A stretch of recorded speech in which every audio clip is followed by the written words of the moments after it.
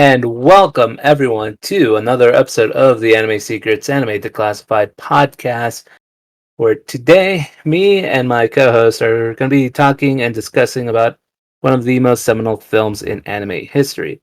For a lot of people, this was their first introduction to anime. It is a movie that has influenced not just anime in general, but also a lot of what works in Western fiction. Musical artists have also paid tribute to this film. We are, of course, talking about the cyberpunk 1988 feature, Akira, based on the 1982 manga of the same name. And today joining me are Clarissa, Howdy, howdy. Mr. Anthony Davis, Yo, and the chief himself, Rizwan Merchant. Red leader standing by. All right. I totally stole that from Clarissa from earlier, and I'm not ashamed. Hey, you much like Akira, that is one thing we can always ape from. Anyway, everyone, welcome. So before we kind of get into discussing the movie itself, I kind of want to know, like, when was the first time you guys had actually seen this? Because for myself, it was a event, or it was like a night back somewhere in like the early 2000s where Toonami was prepping this up because the runners of Toonami were huge fans of this movie and had been trying for a while to get this shown on there. When they finally got the go ahead to air it, they promoted it. I believe it was like a special Toonami After Dark feature of it as well. So that was like the first time I had seen it, and I was just like blown away. What about you guys? well, for me, I happened to actually watch, I just happened to find it while I was like just scrolling through movie channels. I'm just like, what's this? Oh my god, this is graphic. But I enjoyed it. So I watched it on Toonami or Adult Swim, whatever, with that late night thing you're talking about, Miguel. Mm-hmm.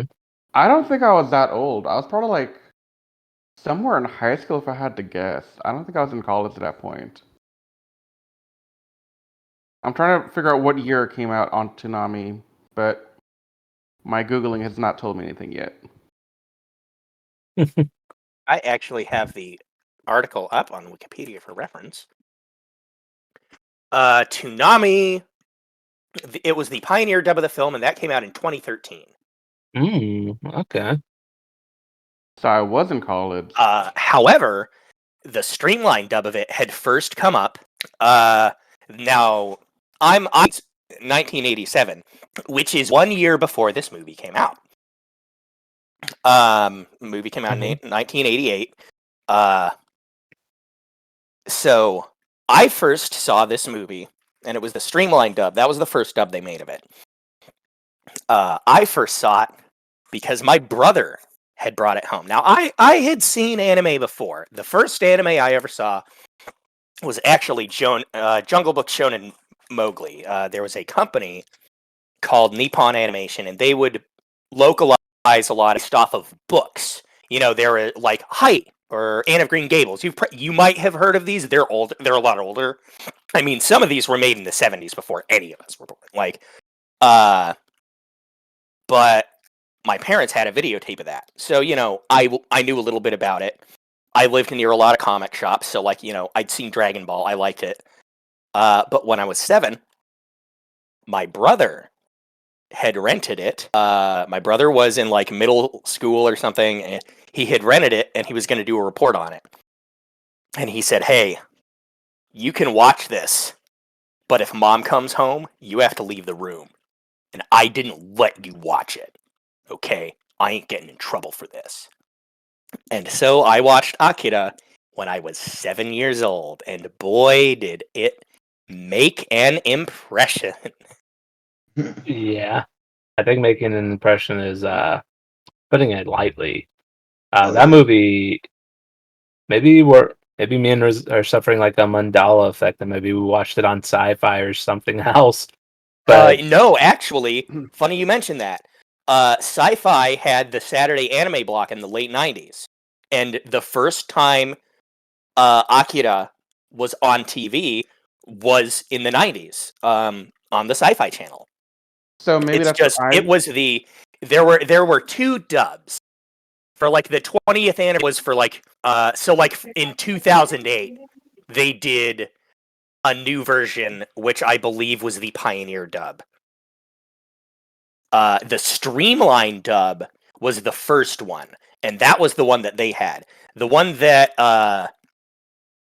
that Adult Swim put on was the one after the like special edition that had come out after the anniversary edition in 2008.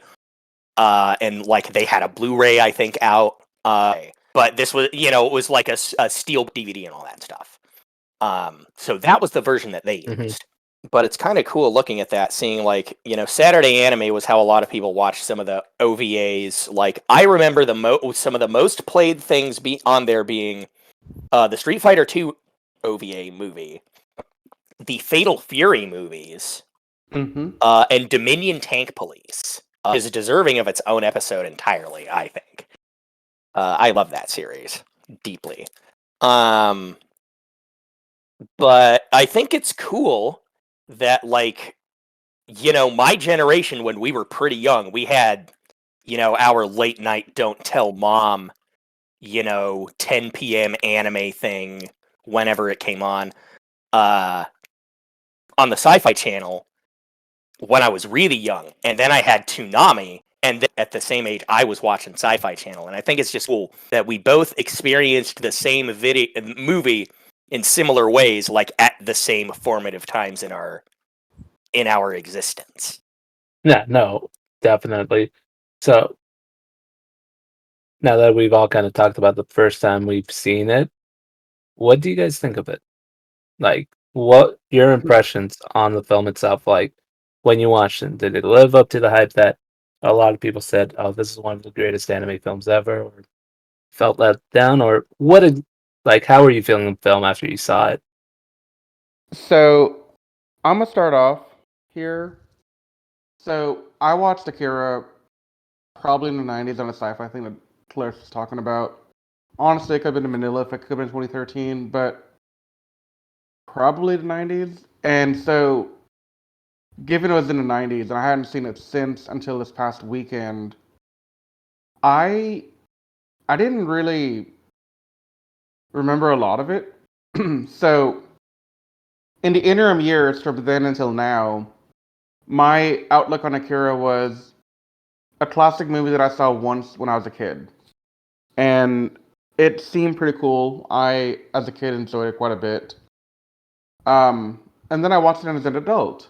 And I realized really quickly that whatever channel it originally aired on heavily censored it.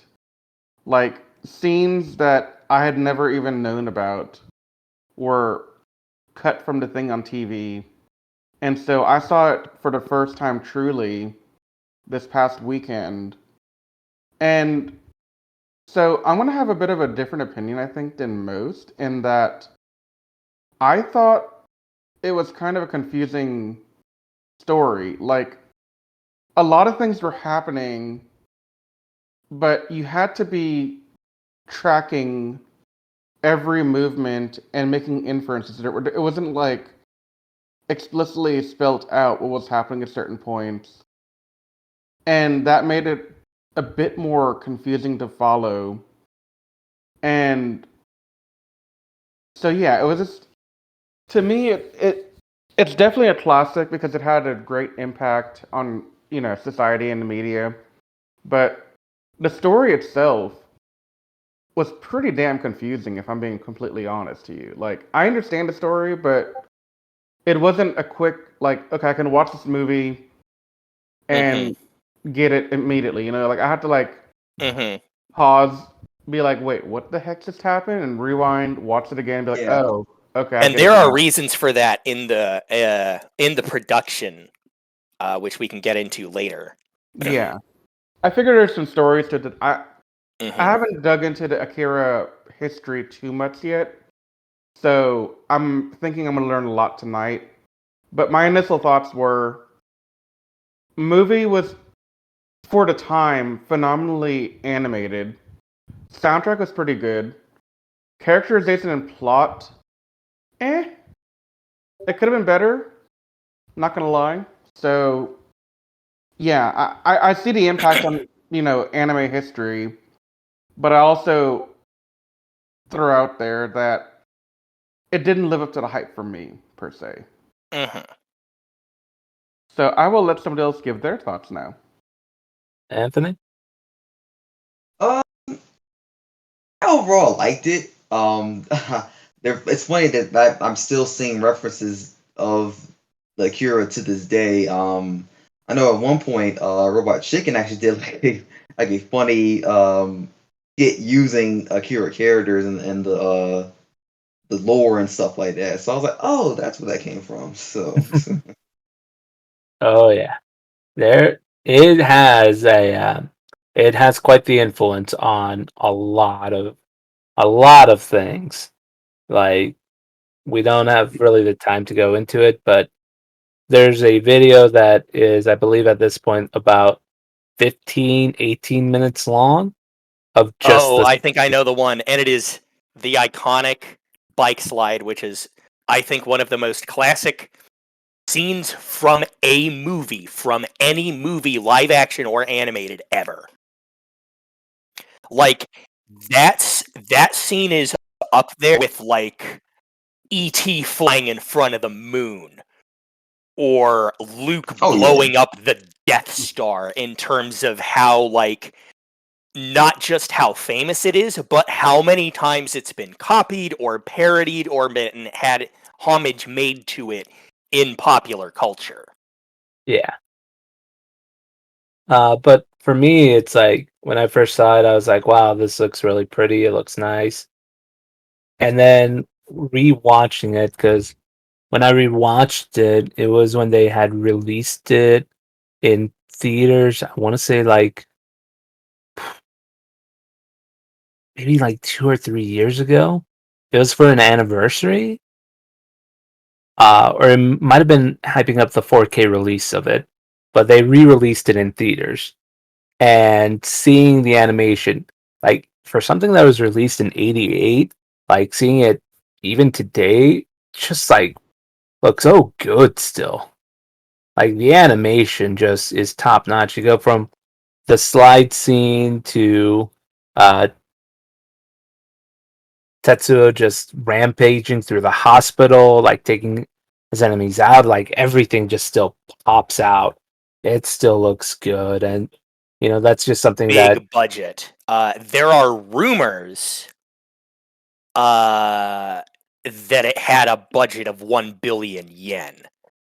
However, the producer, Watanabe, like, no, we didn't spend that much. We spent a lot of money, because the initial one was 700 million yen, which is about 5.5 million US dollars. Now, to put that into perspective, 5.5 million is about what, like, they made like Friday the 13th for less than 5.5 million, I think, and look at how successful that was.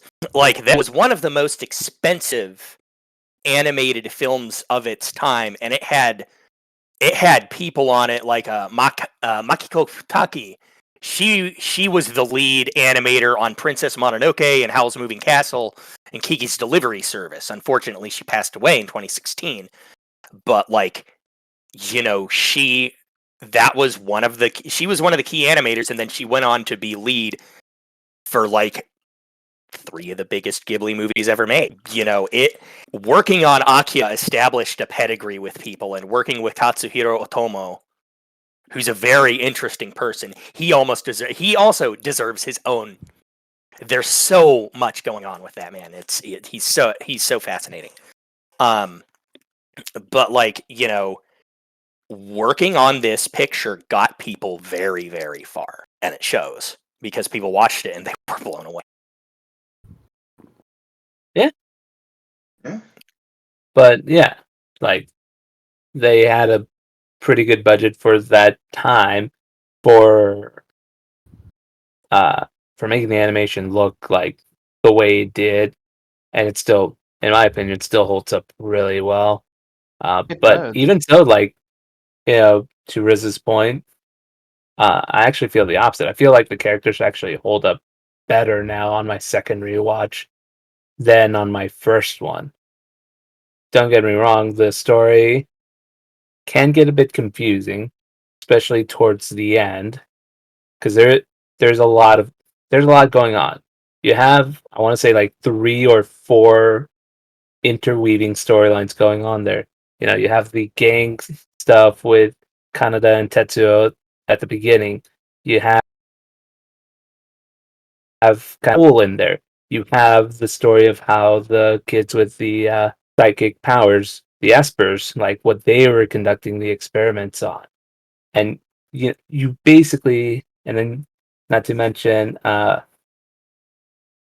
to think of the not the not The Tetsuo's girls, revolutionaries. but yeah, you also have the revolution. Like you have a lot of things going on, but to me, that kind of just shows kind of the chaos and kind of the fallout that's going on in Neo Tokyo at that time, where you have like things hard to keep up with, but in that story, it makes sense. You know, you're not going to get like a whole like piece by piece thing. There's going to be things that are going to be left out in the dark just because of how much has gone on already in there.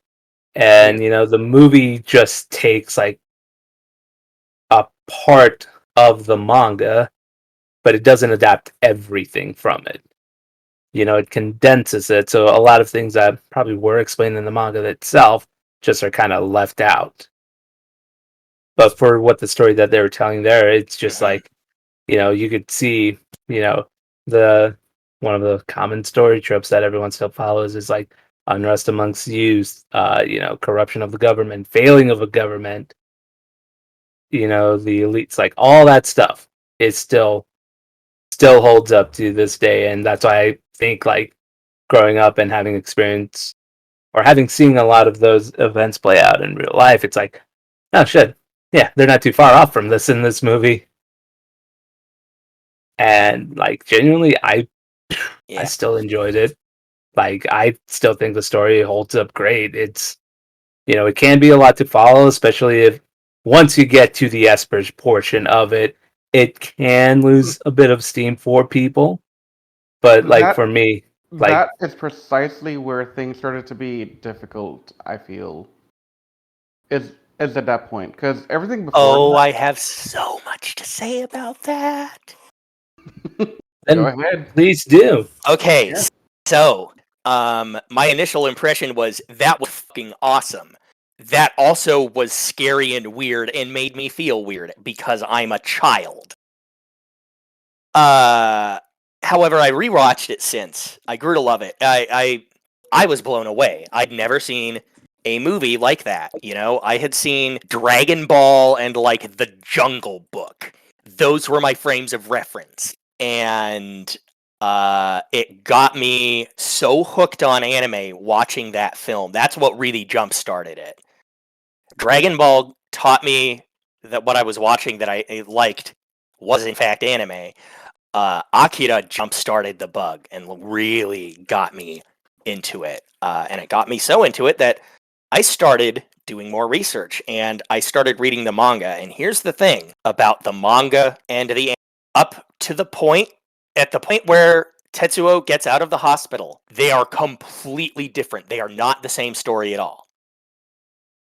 Part of the reason why is the manga was not finished when they made this movie, and this movie was released 2 years before the manga officially ended in 1990.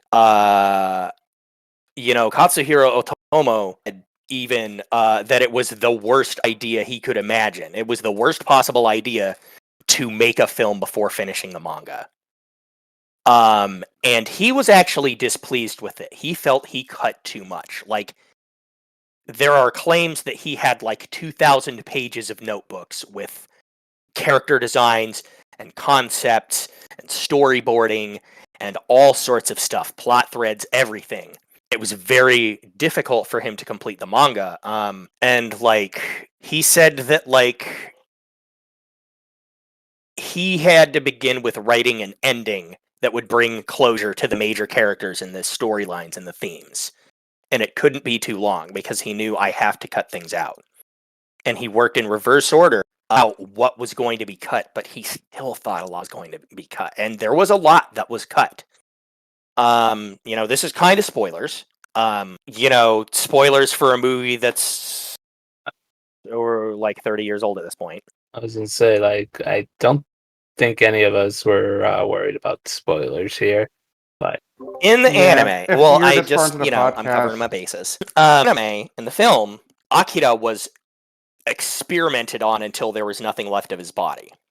Akira is dead. In the manga, Akira is very much alive. He comes to Tetsuo and breaks him out of the hospital and says, "Come with me and we'll make a new world. We'll raise an army and we'll show everybody the mistakes that they made and how wrong they are. And we'll destroy." In the manga, Kaori does not get crushed in Tetsuo's mutated body. He has his gunmen execute her because she won't join him. Now that's a huge difference, isn't it? There are whole characters that get cut out. There's this lady who's this big things, and the Revolution storyline is way bigger. In that, and that's a lot of that, and a lot of the chaos is because Katsuhiro Otomo grew up at a time in Japan, like in the 1960s, when there was a lot of political chaos going on. There were hard right groups that were fighting in the streets with hard left groups. The police were beating up and fire hose. There was like a nationalist group that eventually took over like a dormitory and said that they were taking it for the Empire of Japan. And it ended with the guy who was taking the dormitory committing seppuku because he refused to be arrested. Like, there was a lot of really intense text, or fully, I'm not fully qualified to speak on that because it's not my, dialed in expertise of history, but that greatly affected him. And I think a lot of that frenetic chaos, that confusion, is a part, like, I think it is very intentional. Like you'd said earlier, there's chaos in Neo Tokyo, and the story and the feel and pacing of the story reflects that. And I think I can see it. I can see people getting confused, and it is unfortunately a combination of, like, largely things getting cut out and Katsuhiro Otomo having to work with an unfinished manga and adapt that into a movie and shorten it so much because he knew he could only get it within a certain time frame. That being said, I think it's one of all time, including live action and animation. It is certainly one of the most brilliant animated films of all time. I would say it is in the top 5. oh yeah, it is really really good. Like, but I would always say, like, talking about it can only do so much. Like, you have to go watch you have to go watch it to kind of like experience it itself. It is definitely an experience, and I recommend, if you're an anime fan, that you watch it at least once. I'd Even if honestly you're probably not an recommend anime watching it fan, I think people twice, should watch it. because Like, yeah, no, definitely, but as an anime fan, it's a quintessential you must watch it. That's my greater point there. Obviously, yeah, anyone should watch it, but well, because if it you're a fan of really, anime, you enjoy that kind of medium. when you watch it, you start seeing where a lot of stuff came from. Like the bike scene, that was, I can't tell you how many times I've seen that scene in movies and different anime, And to kind of realize it came from Akira, Mhm. that was pretty cool. Like to know, oh, this is the origin of it. Everyone saw it here, and they are paying homage to this really awesome scene. You know, like that's pretty cool to me. Yeah, I was actually really surprised when I saw it in Nope of all movies. And what? Jordan Peele's new movie Nope that came out this past summer. I hadn't I'm actually heard gonna it. watch it tonight for my Yeah, it's spooky good. Halloween movie. It's an Yeah, no, I I heard someone make reference or like say like, oh yeah, this is probably gonna happen, or there's like an Akira reference. I'm like, oh, like I want to say it was one of like the it was from the post influencer embargo, and someone had said I was not expecting an Akira reference in this movie, but I got it. I'm like, all right, so someone's gonna get a motorcycle at this point. And when I saw it, I'm like, that looked good. That looked good. But yeah, no, it's like we've seen it in live action. So many anime, so many, Mm. even Western animations. And, it's just one thing that's going to be, I think, as long as people are making animations, it'll keep showing up in there. I Mhm. mean, I won't lie. Every time I rode a motorbike in Cyberpunk 2077 before I got off, I always did the I slide. mean, I always did the slide, but a lot of that was also because I lost control of my bike and I needed to stop before I hit somebody. But I did feel cool while I did it. Yup, yup. And that's all that matters at the end of the day. Oh, yeah. No, definitely. And yeah, to talk about like the movie's influence, like I said, like several musical artists have promoted it or shown clips of it in their Linkin music Park, I videos. think, in Heck, before he went, particular, had a very Akira-inspired music video, didn't they? oh, I think. they had one Or for at least Breaking the inspired one. Habit, Yeah. but Because I uh, remember when that video came out. no, I want to say theirs was more I anime rem. inspired. I mean, Kanye was himself ripped Mhm. off the hospital escape scene Yeah. in his music video for Stronger. Yep. Like scene from scene, like that is Tetsuo rampaging through. And this was back in and Mhm. Stronger came out in like And 2005, given recent news, 2006. let's just say we're not going to talk about Kanye. This was when he was still Let's slightly crazy, but potato. not as That is crazy. a hot potato. let's let's not Mhm. Mhm. let's not go there. No. Yeah. It's really fascinating. I think. To see something hold up like that, Oh yeah.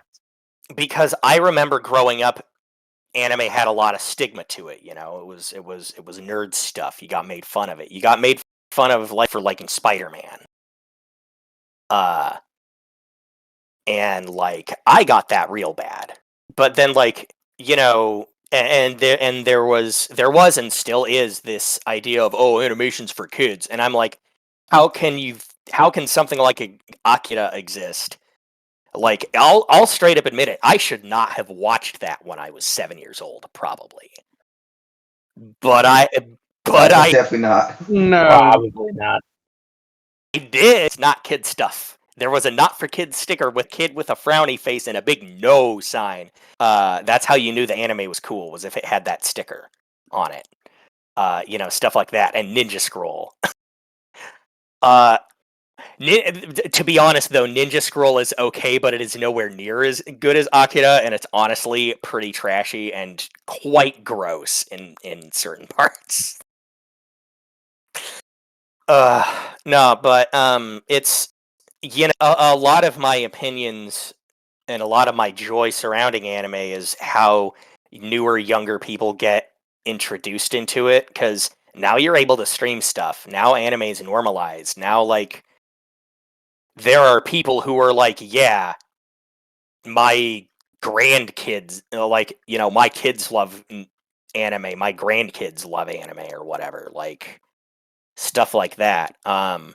It's cool it grow so much and become more accessible and watch people be able to watch the things that I saw that had such an impact on me. I know it's a little apropos of nothing and a little non sequitur, but I just always have to swoon over it. Hey, swoon away. Definitely. But like, I think overall, we all enjoyed the film. And just like thinking back on it, and how much it's neopunk or it's cyberpunk essentially has influenced not just like other animes, musicians, like a lot of video games as well. But we also got to talk like, as cool of a movie it is to watch, it can be hard because there are some kind of grotesque things about it, especially in the film towards the end, where he straight up loses control and just becomes the. Yeah. We've seen that also parodied in a bunch of stuff, but still, like, if there's a lot of things I took from my initial or from like my viewings of it, it's just like, yeah, I am still disturbed by what happens to Tetsuo towards the end, because His like, poor girlfriend did not deserve any of that. no.